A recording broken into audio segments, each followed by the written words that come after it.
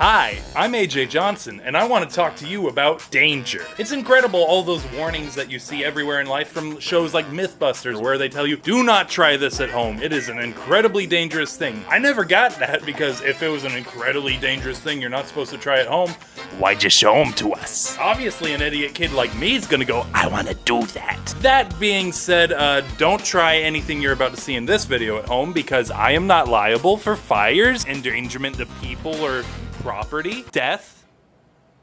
That's on you. If you want to try that, on you, not on me. Anyways, I'm gonna show you how to burn things. More specifically, I want to show you how to melt aluminum, because apparently it's really easy to melt aluminum. I've never made an aluminum furnace before, but now I want to make one, and I want to make it out of a toaster, because it'd be funny.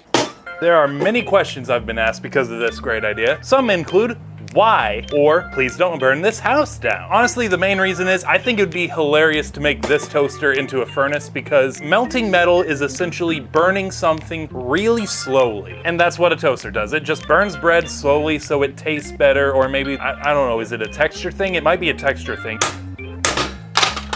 I know this won't melt the metal. This is a 50-cent toaster I got at the thrift store. You gotta get whatever use out of this toaster you can. Next step, how do you melt aluminum? You need 3 things: a foundry, a crucible, and a fire. And this is starting to smell really bad.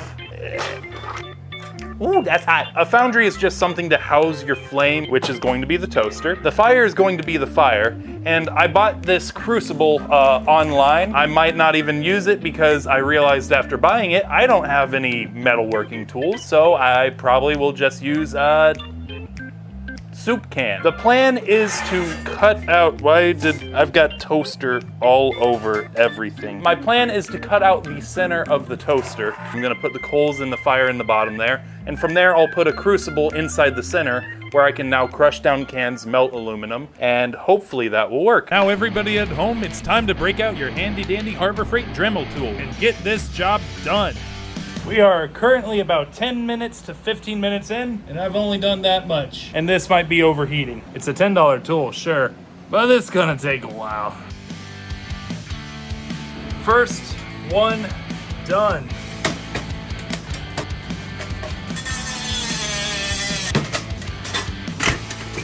Now the toaster's completely destroyed, but it is usable, so I took it outside for my extremely simple foundry setup. All I had was some charcoal and an air pump to try and get the flames hot enough to melt the aluminum. The reason you have to add an air pump to this whole situation: charcoal usually burns at about 500 to 700 degrees Fahrenheit, however aluminum melts at 1,200 degrees. If you add some extra air into the fire, it acts as an accelerant and burns the charcoal hotter and quicker. So now you're just rushing against time, because charcoal's gonna be burning out on you. But at least you can melt aluminum, and you can use relatively simple resources. So after about 30 minutes of struggling to keep the fire hot, I finally went for my first pour. And sure, it doesn't look like much, but the amount of hard work that went into doing this, I was so ecstatic. I had done what I set out to do. I melted aluminum using a toaster. It's something! Something! And then tragedy struck.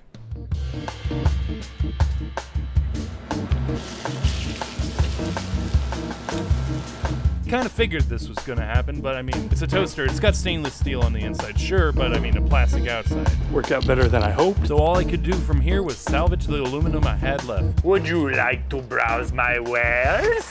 I made junk, bits and pieces of junk, but I love it. I made a Dr. Pepper can where all the whatever soul it had has been sapped out of it looks like. The bean can held up incredibly well under the heat, making all that junk. I only got a couple pure pieces. So we got leftover can that's turning into a puddle. We got this little piece that if you look closely, you can see the ribbing of the inside of the can. We got the original, it's textured like the magic sand that I poured it in. And finally, the best piece of all, I think. Look at that. It's like a mini chocolate chip. So perfect, I could go on a cookie. That toaster was done, but it did its duty. The biggest thing I've learned, I chose the hardest way to do everything, apparently. Use a propane burner, like everyone does. I didn't listen to them, because I thought I could do it, and I did do it. Look at this. It's a little bulbous piece. This one actually turned out pretty neat. Smooth and shiny. This one should go on like a keychain or something. So what do we come to after all of my myth busting? Can you turn a toaster into a furnace? Yes, actually you can get surprisingly smooth results. Why did I do it? Have a great rest of your day, guys. See you in the next one.